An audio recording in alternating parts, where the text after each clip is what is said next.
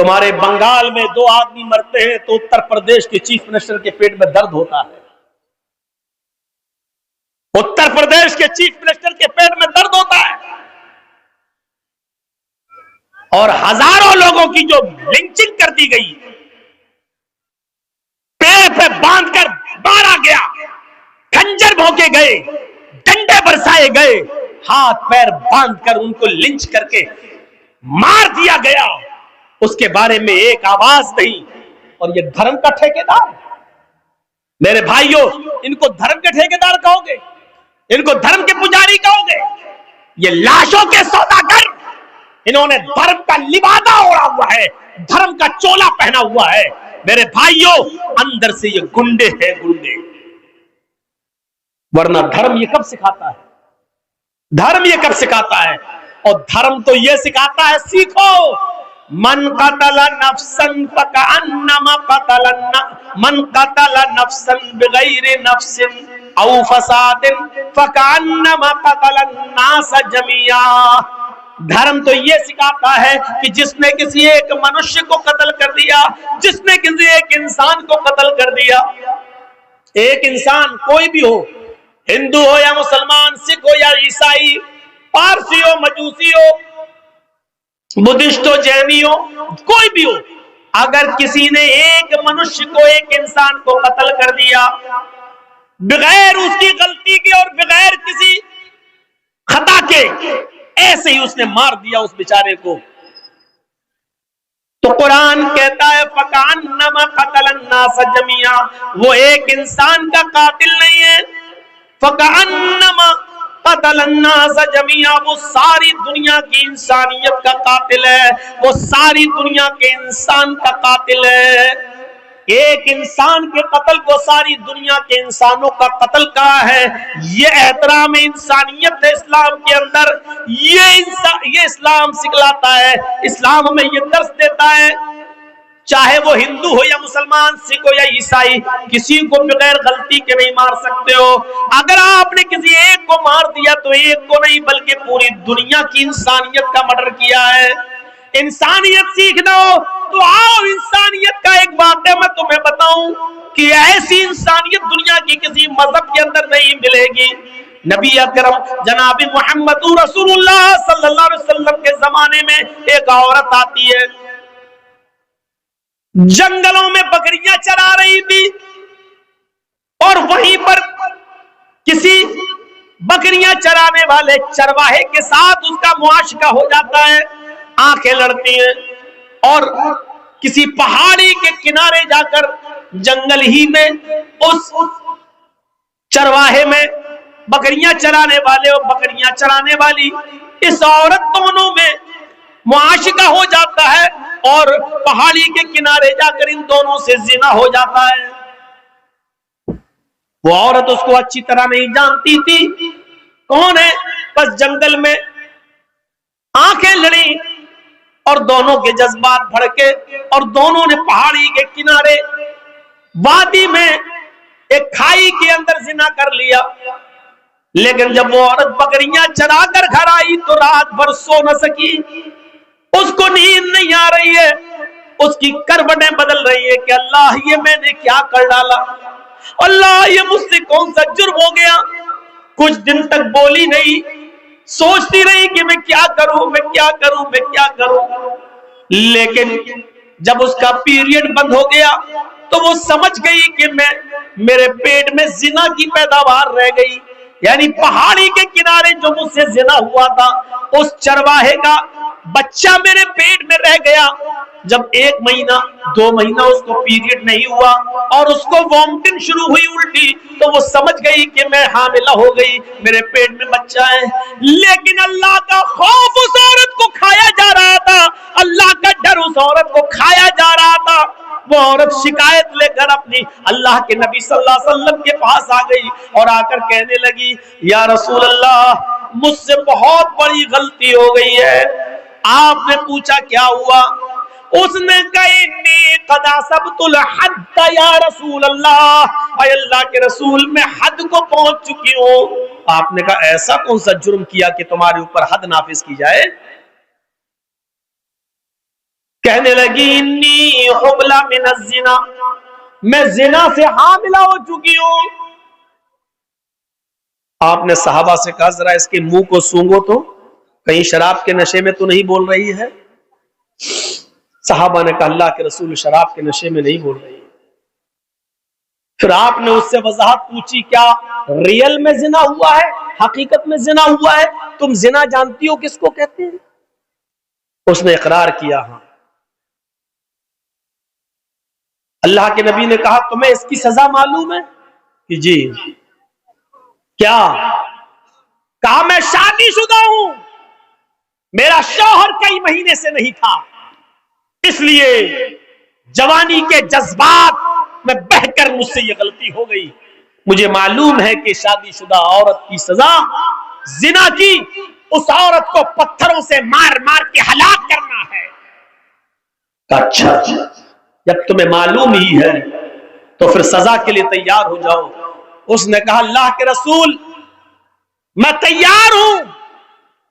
فرمایا ٹھیک ہے، اے صحابیو جاؤ اس کو جنگل میں لے جاؤ، سینے کے برابر زمین میں گاڑو، عورت ہے، اور پتھروں سے اس کو سر پر اتنے مارو، پتھروں کو اتنا اس کے سر پر مارو کہ یہ عورت کی جان چلی جائے، نکل جائے، روح کب سے عنصری سے پرواز کر جائے۔ صحابہ لے کے جانے لگے، اور جب جانے لگے اس کا ہاتھ پکڑا، کھینچا، چل۔ جیسی وہ تھوڑی دور گئی صحابہ نے کہا جلدی چل۔ اس نے کہا اے نبی کے ساتھیوں میں جلدی نہیں چل سکتی، میرے پیٹ میں حمل ہے، میرے پیٹ میں بچہ ہے۔ او یہی زنا کی پیداوار ہے؟ کہنے لگی جی۔ صحابہ کرام اللہ کے نبی کے پاس دوبارہ اس عورت کو لے کر آئے، کہا اللہ کے نبی اس عورت کی داستان تو سنو، اس نے پوری بات نہیں بتائی۔ کہا کیا؟ کہا کہ جب میں نے اس سے کہا جلدی چلو تو یہ کہنے لگی کہ میں زیادہ جلدی نہیں چل سکتی، اس لیے کہ میرے پیٹ میں حمل ہے، میرے پیٹ میں بچہ ہے۔ اللہ کے نبی نے اس سے پوچھا کیا یہ صحیح بات ہے؟ کہنے لگی ہاں اے اللہ کے رسول میرے پیٹ میں بچہ ہے، زنا کی پیداوار ہے، اسی آدمی نے جس نے زنا کیا ہے اسی کا حمل میرے پیٹ میں رہ گیا۔ آپ نے کہا تو پھر غلطی تیری ہے، تجھے سزا ملنی چاہیے، تیرے پیٹ میں جو بچہ پل رہا ہے اس کو کیوں مارا جائے؟ اس کی کیا غلطی ہے بیچارے کی؟ انسانیت دیکھ رہے ہیں آپ، ایک ناجائز بچہ، لیکن اللہ کے رسول اس کو بھی مارنے کی اجازت نہیں دے رہے۔ جب تم مر جاؤ گی تو بچہ بھی مر جائے گا، نہیں، ابھی پیٹ میں تیرے بچہ ہے، اس بچے کو تیرے پیٹ میں نہیں مارا جائے گا، جا جب بچہ پیدا ہو جائے تب آنا۔ کہنے لگی اللہ کے رسول ابھی تو 7 مہینے لگ جائیں گے۔ کہا 7 مہینے کے بعد آنا، ابھی تجھے ماروں گا تو بچہ بھی مر جائے گا۔ چھوڑ دیا اس کو، جیل میں نہیں رکھا کہ بھاگ جائے گی۔ کیوں؟ جس کو اللہ کا ڈر ہے وہ کہاں جائے گی؟ میری عدالت سے بھاگ جائے گی، کل قیامت کے دن اللہ کی عدالت میں تو سزا پائے گی، میرا کیا بگاڑے گا؟ اس کو بھی کیسی تربیت تھی اللہ کے رسول کی، وہ عورت بھی کہیں نہیں بھاگی، وہی رہی، اپنے گھر پہ کھاتی رہی، پیتی رہی، نماز پڑھتی رہی، توبہ کرتی رہی، گڑگڑاتی رہی، اور 7 مہینے اور رہنے کے بعد جب 9 مہینے پورے ہو گئے اور جب بچہ پیدا ہوا تب وہ بچے کو لے کر جب چلنے پھرنے لگی تو آئی اور کہا اللہ کے رسول یہ بچہ۔ آپ نے کہا او بچہ پیدا ہو گیا؟ کہاں؟ صحابہ جاؤ اب اس کو لے جاؤ اور اس کو سنسار کرو۔ بچہ رونے لگا، اس نے کہا اللہ کے رسول اس بچے کو آخری بار دودھ پلا دیتی ہوں۔ آپ نے دے دیا۔ اس عورت نے اس بچے کو اپنی پستان سے لگایا، منہ پھیرا، منہ گھمایا، جیسے ٹرینوں میں اور بسوں میں جو عورتیں اپنے بچوں کو دودھ پلاتی ہیں، ایک طرف منہ گھما لیتی ہے اور اپنے بچوں کو پستان سے لگا لیتی ہے، اس عورت نے بھی چہرہ گھمایا اور دوسری طرف منہ کر کے اپنے بچے کو پستان سے لگایا۔ بچے نے دودھ پیا، اتنا پیا کہ دودھ اس کے ہونٹوں پر، دودھ اس کے منہ پر آ گیا اور ہنسنے لگا۔ اللہ کے رسول کو اس نے وہ بچہ دے دیا۔ نبی اکرم اس بچے کو اپنی گود میں لیتے ہیں، ناجائز بچہ، اس بچے کا اصلی باپ کا پتہ نہیں، لیکن اللہ کے رسول لے رہے ہیں گود میں. کیوں؟ کیونکہ اس بچے کا کیا قصور ہے؟ اس کی کیا غلطی ہے؟ اس بچے کو اپنی گود میں لیا، اس کے ہونٹوں پر ماں کا لگا ہوا دودھ دیکھا، یہ عورت جا رہی ہے سزا بھگتنے کے لیے. اللہ کے رسول آواز دے رہے ہیں بی بی ادھر آؤ. اس نے چہرہ گھمایا، یا رسول اللہ اب کیا ہوا؟ فرمایا اس بچے کی غذا بھی تیری پستان میں موجود ہے. محمد کسی بچے کا حق نہیں مار سکتا، یہ بچہ بھی تیرے دودھ کا محتاج ہے. اس بچے کو پکڑ، دودھ پلا، اور جب تک یہ بچہ روٹی نہ کھانے لگے تب تک تجھے سزا نہیں. کہنے لگی اللہ کے رسول اگر بیچ میں مر گئی تو جہنم میں جاؤں گی. کہا نہیں، تیری نیت تو اچھی ہے، اللہ نیت کے مطابق جزا و سزا دیتا ہے. جا، جب دودھ روٹی کھانے لگے اور دودھ چھوڑ دیتا والا. بچے کو اس نے دودھ پلایا، اور جب بچہ روٹی کھانے لگا، روٹی دانتوں سے توڑنے لگا، تب وہ لے کر آئی، اے اللہ کے رسول دیکھیے بچہ روٹی کھا رہا ہے. جب آپ نے دیکھا کہ بچہ اب روٹی کھانے لگا ہے، تب اس عورت کے اس بچے کو اپنی گود میں لے لیا اور ایک صحابی کے حوالے کر دیا، اس بچے کی پرورش تم کرو، اس بچے کو تم پالو. اور اس عورت سے کہنے لگے کہ اے عورت، اب محمد رسول اللہ کی عدالت میں تجھے اور زیادہ مہلت دینے کی کوئی گنجائش نہیں ہے. جتنی گنجائش میں دے سکتا تھا اتنی دے دی، جتنی مہلت میرے ہاتھ میں تھی وہ میں دے چکا ہوں. اب شریعت محمدی میں تیرے لیے کوئی مہلت باقی نہیں ہے. اے میرے صحابیوں، اب اس عورت کو لے جاؤ اور اس کو جا کر سنسار کر دو، پتھروں سے مار مار کے ہلاک کر دو. اس عورت کو جنگل میں لے جایا گیا، اس عورت کو سینے کے برابر زمین میں گاڑا گیا، اور سارے صحابہ نے پتھر اٹھا لیے. پہلا پتھر خالد ابن ولید نے اس عورت کے سر پہ مارا، اس کا سر پہلے ہی پتھر میں پھٹ گیا، اس کے خون کا فوارہ نکلا، اور خون کی چیٹیں خالد ابن ولید کے کپڑوں پہ آئیں. خالد ابن ولید نے دیکھا کہ اس کے خون نے میرے کپڑے خراب کر دیے، تو اس کو گالی دے دی، کم بخت تیرا ستیہ ناش جائے، ملعون زانیہ بدچلن، تیرے خون نے میرے کپڑے ناپاک کر دیے، تیرے خون نے میرے کپڑے گندے کر دیے. یہ الفاظ صحابہ نے سن لیے اور اللہ کے رسول کو بتائے. عورت تو اس دنیا سے چلی گئی، عورت تو اس دنیا سے رخصت ہو گئی، پتھر کھا کھا کر اس نے تو اپنی جان دے دی. لیکن اللہ کے رسول صلی اللہ علیہ وسلم کو اتنا برا لگا کہ خالد ابن ولید نے یہ جملے کیوں بولے. وہ تو بیچاری مجبور تھی، وہ تو ہاتھ اس کے گڑے ہوئے تھے، سینے تک زمین میں گاڑ دی گئی، پتھر خالد نے مارا، اس کا سر پھٹا، اب خون کے چھینٹے نکلے، کپڑوں پہ آئے، تو اس عورت کا کیا قصور تھا بیچاری کا؟ وہ تو زمین میں گڑی ہوئی تھی، اس کا کیا قصور تھا؟ خالد ابن ولید سے بات کرنا بند کر دیا. خالد ابن ولید نے تیسرے دن کہا فدا کا بھی یا رسول اللہ، اے اللہ کے رسول آپ مجھ سے بات نہیں کریں گے اور میں مر گیا تو جہنم میں جاؤں گا، میرے ماں باپ آپ پر قربان، آپ ہماری غلطی تو بتائیے، اب ہم سے ناراض کیوں ہیں؟ اللہ کے نبی نے فرمایا خالد تم نے اس عورت کو جو گالی دی اس سے محمد کو بہت تکلیف ہوئی ہے. کہا اللہ کے نبی میں نے جب پتھر مارا تو اس کے خون کا چھینٹا نکلا، اس نے میرے کپڑے خراب کر دیے، وہ بدچلن عورت تھی. آپ نے کہا خالد وہ بدچلن نہیں تھی، اے خالد وہ عورت زانیہ نہیں تھی، اس کا شوہر کئی مہینوں سے نہیں تھا گھر پہ، اس لیے جنگل میں وہ بکریاں چرانے گئی اور جذبات میں آ کر اس سے ایک بار غلطی ہو گئی. ایک بار غلطی کو عادت نہیں کہا جائے گا، ایک بار ہو جانے والے زنا کو پر بدچلنی کا الزام نہیں لگایا جائے گا. وہ بدچلن نہیں تھی، جذبات کو کنٹرول نہیں کر سکی اور زنا کر بیٹھی.